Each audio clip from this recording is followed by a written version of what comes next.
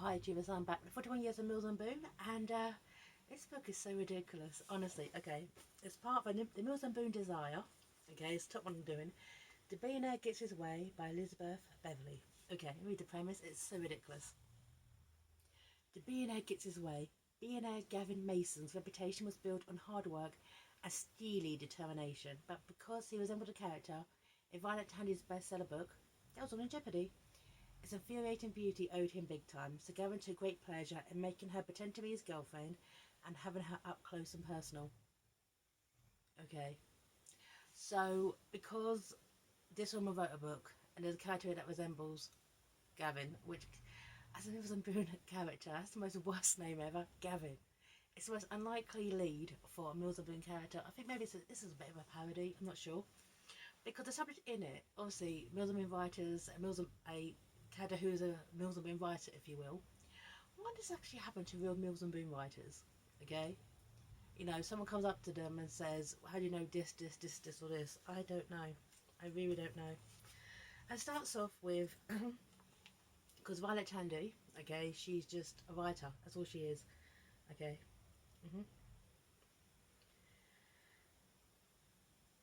All Violet Tandy ever wanted out of life was a place to call home. A home of her own, not a foster home like the married one she grew up in. With a picket fence, have a picket fence, and a broad front porch with wicker swing where she could reread all the books she loved as a child, Jane Eyre and Judy Blume, Lassie Come Home, and Louisa May Alcott. At least she'd own the books, so I'd have to return them to the library each week. So basically, she just wants a home of her own. She wants to raise enough money, okay, to make it put down roots of her own, okay. But the fact that she wrote this book, and it's a novel, okay, it's a novel. Everyone thinks it's true. Once again, my own belief, okay, about what real romantic fiction authors must go through. I wonder if E.L. James got stuff like that. I wonder if, you know, you wrote a book about the experiences of a call girl because you done some follow research. But everyone just thinks it's you. Okay, here you go. Right. And the thing is, even her own agent and a publishing company keep doing it. Looking at her like she's a cool girl instead of being a writer. They should know better, just dumb. Here you go. Even after a year, Violet has signed a contract on her completed manuscript, and a few weeks after the book's debut, Gracie, the her editor, says things like, "There's a princess suite at the Chicago Ambassador Hotel. Really make you feel like a princess." How would Violet know? The only reason she'd ever seen a princess suite at the Ambassador was that she worked there as a housekeeper. Whenever she reminded Gracie that, her editor would reply, "Oh, right, of course, you worked there as a housekeeper, not a, you know," in a way that was not quite convincing as Violet would have liked. Right, here you go. Where she reminded Gracie of that, her editor would reply, "Oh, right, of course, you worked as a hostess, not as a, you know," in a way which wasn't a visit as Violet would have liked. She actually mentions that bit twice. I think it was quite lazy writing for the author, but still. Okay, so she's done her research. She's been a housekeeper. She's been a maid. She's been to all these places but a staff. And she's put all this research together, okay, to write this book about the experiences of a call girl, if you will. A secret diary of a call girl as the best example, okay? Which I'm going to let you talk about that because I think that's quite personal to the author herself, okay? Right, this is when, okay, she's at a signing, okay? As Raven French, the author, okay, meets Gavin. Gavin! He was just so intense, so overwhelming, so gorgeous, so big. My God, so big. You know, sitting, he was head and shoulders taller than all the women, taller than a handful of men who were present. And his shoulders completely eclipsed the chair back. His hair seemed even blacker than her own, but when she let her grow past her shoulders, it was cut short by an expert's hand. And those eyes. And those eyes. And the fact is, okay, is this Violet's actually a poor author, okay? She's struggling. She is a fraud. No, not a fraud in that sense, okay? But basically, she's got to project, okay, this air of being Raven French, even though she says, okay, it's a novel. It feels like her basically, her publishing company set her up to actually become this woman. She wrote under a pseudonym, Raven French, fine, okay? And then, okay, there's a whole kind of, now you've got to dress up like you are her. You've got to become Raven French, okay? Of course, Violet couldn't afford the expensive labels Raven needed on the rather modest advancement for her book. Fortunately, Maria, agent, pointed her towards a boutique of Michigan Avenue, specialised in short-term rental of haute couture, expensive jewellery for Chicago women. want to pretend they're members of the high society that was normally denied them. So she's got to dress up as this person and quickly claim that she's not Raven French. So, and then Gavin comes along, and about a character in the book called Ethan. Okay, right. And because of the research, Gavin thinks that Ethan is him. Okay, right. My journal of it, a lack thereof, is immaterial. However, I do know for a fact that chapter 28 is libelous and I demand of attraction, but because he changed the man's name to Ethan. I didn't change anyone's name. I didn't have to. Ethan is a fabrication. The book is a... You can't disguise a man's identity simply by changing his name, Miss French. He describes Ethan's colouring, his profession, his office, his home, his hobbies, his interests, his physique, his technique, everything, in correct detail. So, because people think, okay, that Gavin is Ethan, he's so concerned, okay, about his business, so concerned that people gonna look down on him, okay? Right, this bit here.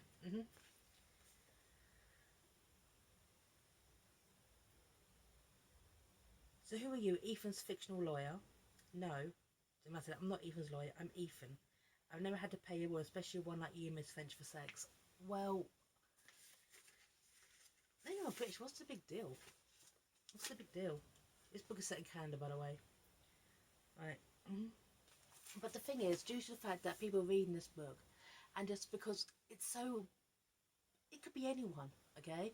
People think that Ethan is Gavin, he can't get a date. All these typical hookups just walk away from him because, he's had the scandal of paying at some point in his life for sex, okay? Yeah, okay, fine. And he's angry about this. He's angry essentially, okay, that this book means, okay, he can't get laid. Alright. Right.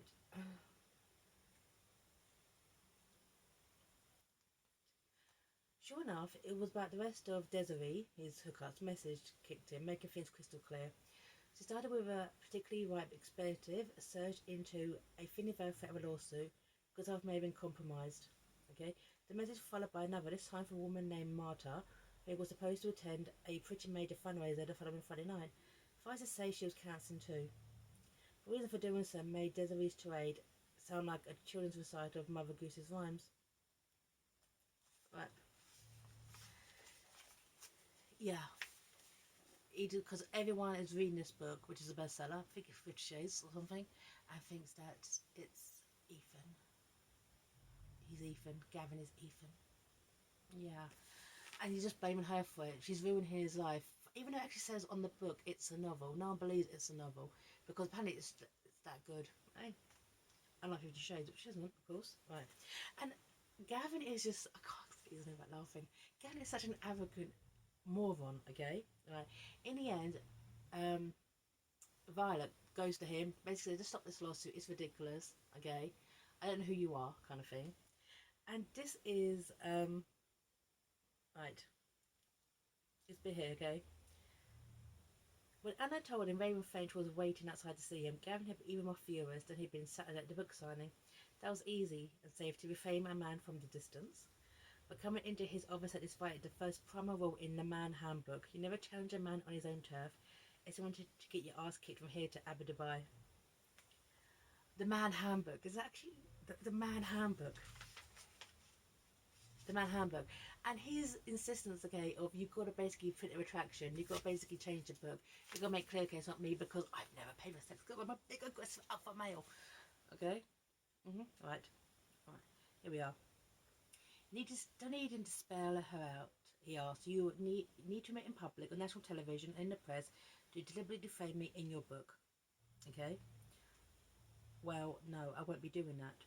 That was why we feel so disappointed. Because that last submission was the one he'd really wanted her to make, and now she wasn't.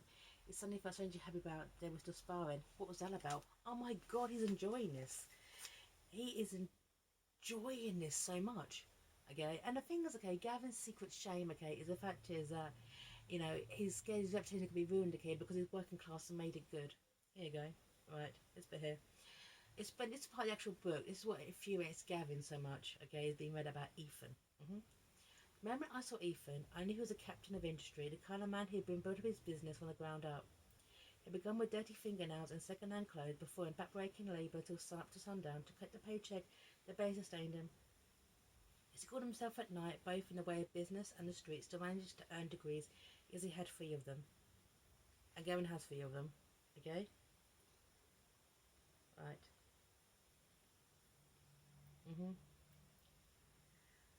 So that could be anyone. That could absolutely be anyone. Okay? But the fact is that even the art on the walls is described, and I find it actually is quite obnoxious, okay? Is the fact is that on the wall of his office, his business office in his business, okay? Even, because in the book, obviously, okay, she describes an erotic painting, and Gavin's got this very similar painting on his walls, and I find that a little bit kind of really unprofessional. I don't know, in the business world, okay, it doesn't matter, okay, if the artist was Van Gogh, okay, you wouldn't have something erotic on your walls in the business office. That's actually quite offensive to a lot of people. Doesn't matter what gender they are. Okay. Right. And the fact is, like, Violet actually calls him out on it. I couldn't believe you had pornography hanging on your office walls. Right.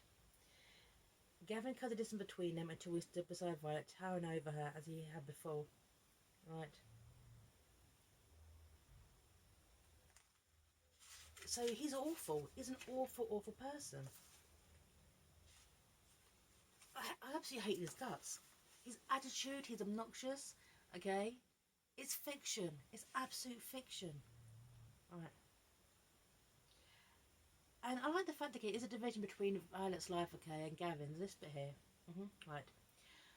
It's what talking about, like, the clothes that she rents out, because actually it's all for a charity. Okay. I didn't mind writing checks to organisations or attending fancy fundraisers that help people who couldn't help themselves, giving back to the community, they called it.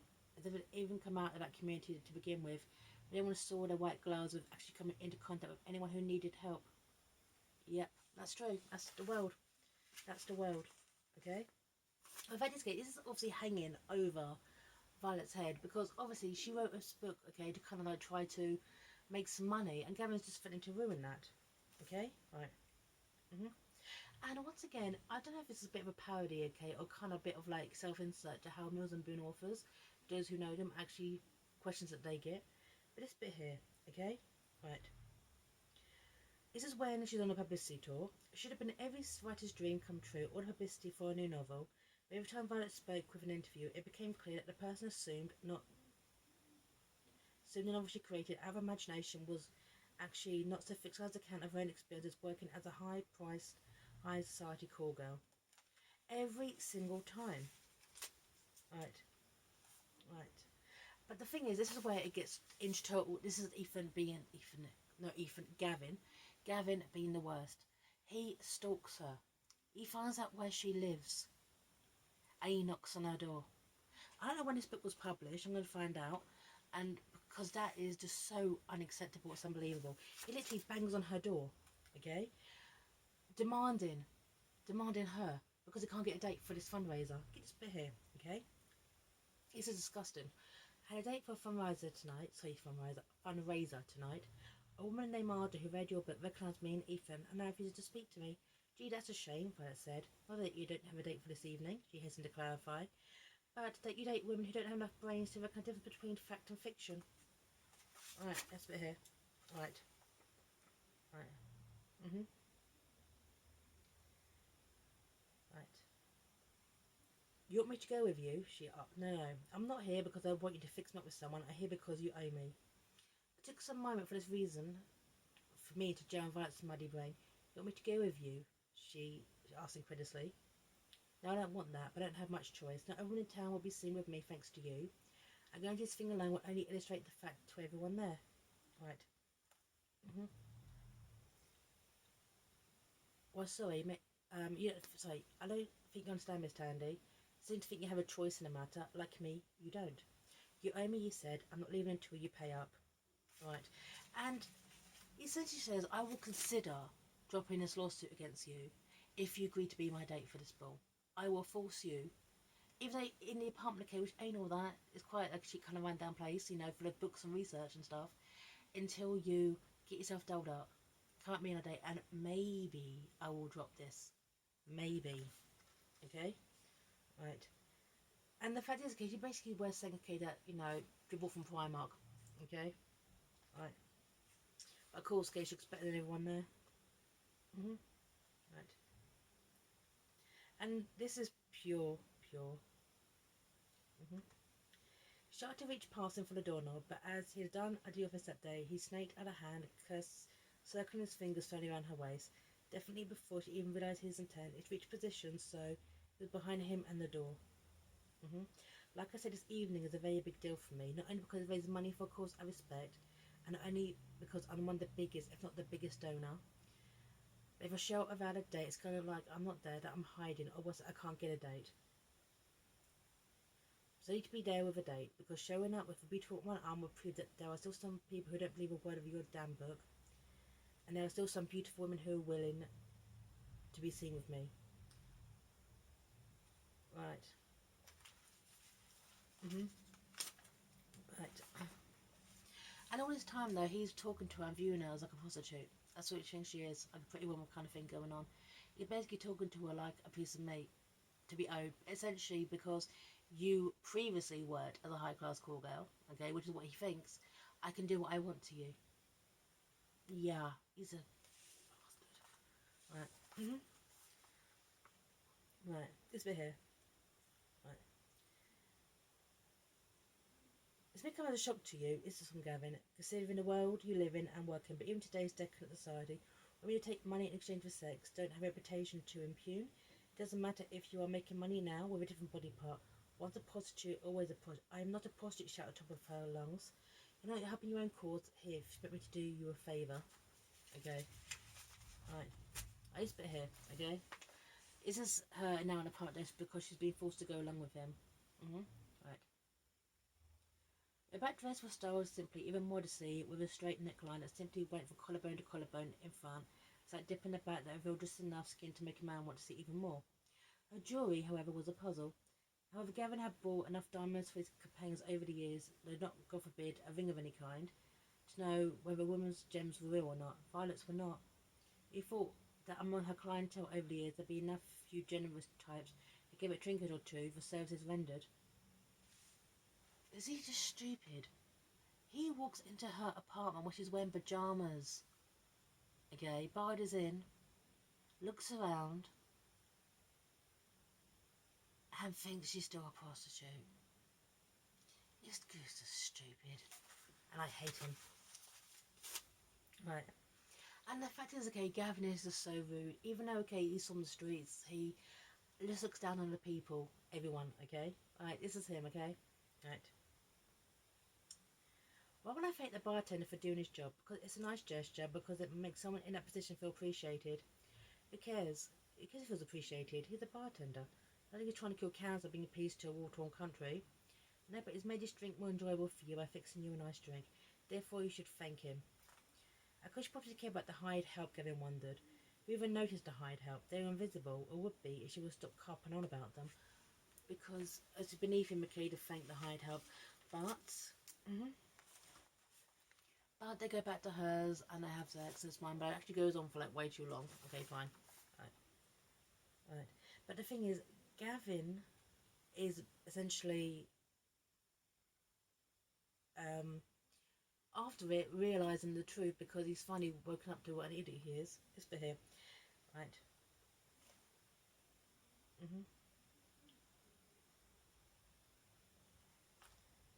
And but he this bit here. Gavin noticed a tiny scar high on her cheek he hadn't noticed before. It should have marred her flawless sense of her beauty, so it only made her that much more stunning. Even something that should have been a defect could detract from the perfection of her features. A scar. Oh yeah, he's waking up. Okay. Right. And this is obviously after more of it. I just when he finally realises that she's not a prostitute at this moment. This is chapter 8. It's page 109. Right. Never in his life had he dated. It's not even dating. Dated a woman who put sheets on her bed that were decorated with carving cats. The rest of Violet's bedding was quirky, a collection of flowers and fringes beads and bangles, walls and whimsy. He did his best not to wake Violet. Okay, right. He paid for the cabinets until he found a modest cachet suite, but no way appealing. Okay, right. And just like got some food, but I used for here. Okay. Right. He's sorting through the pages. He goes through all her stuff. Okay.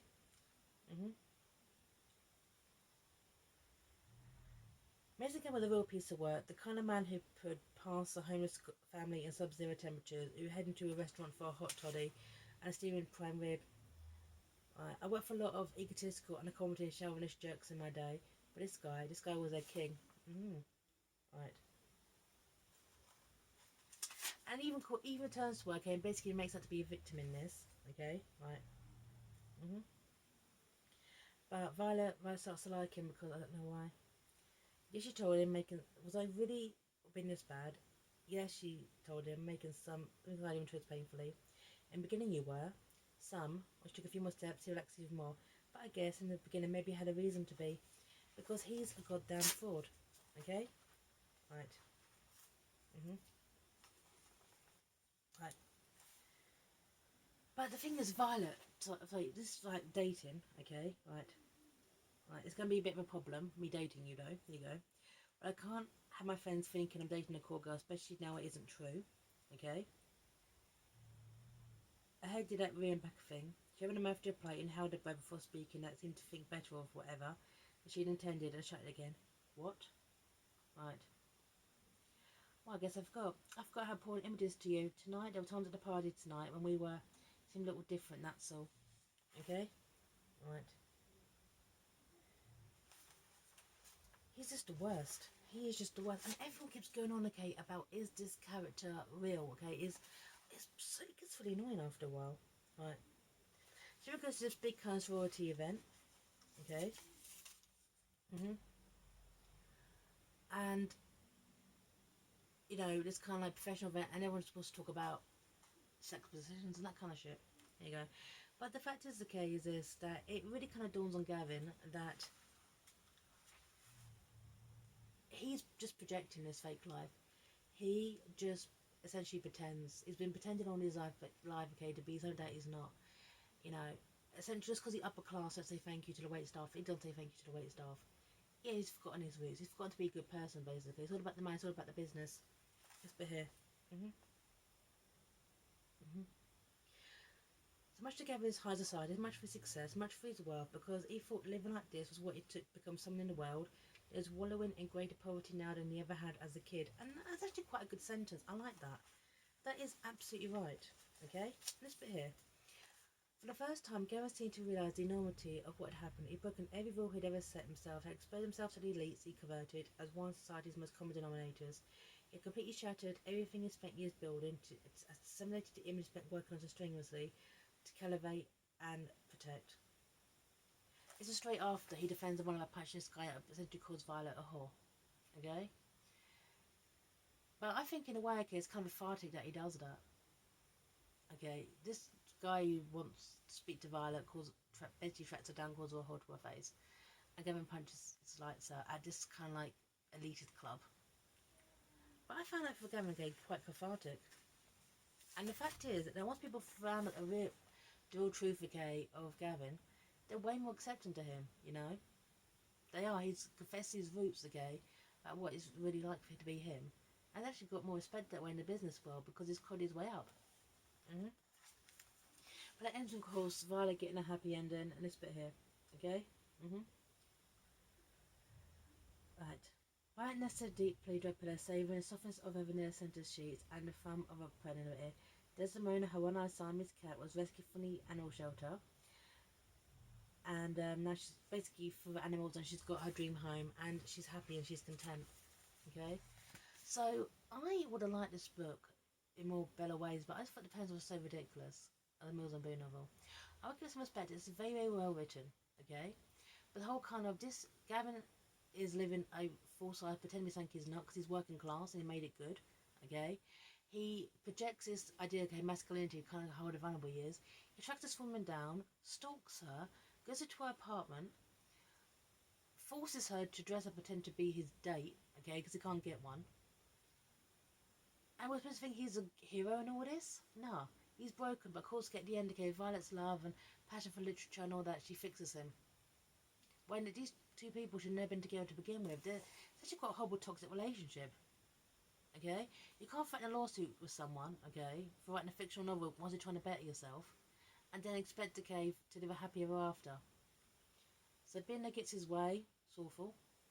Okay? It's written well, okay, but the premise is absolutely terrible. I'm signing off here. Bye now.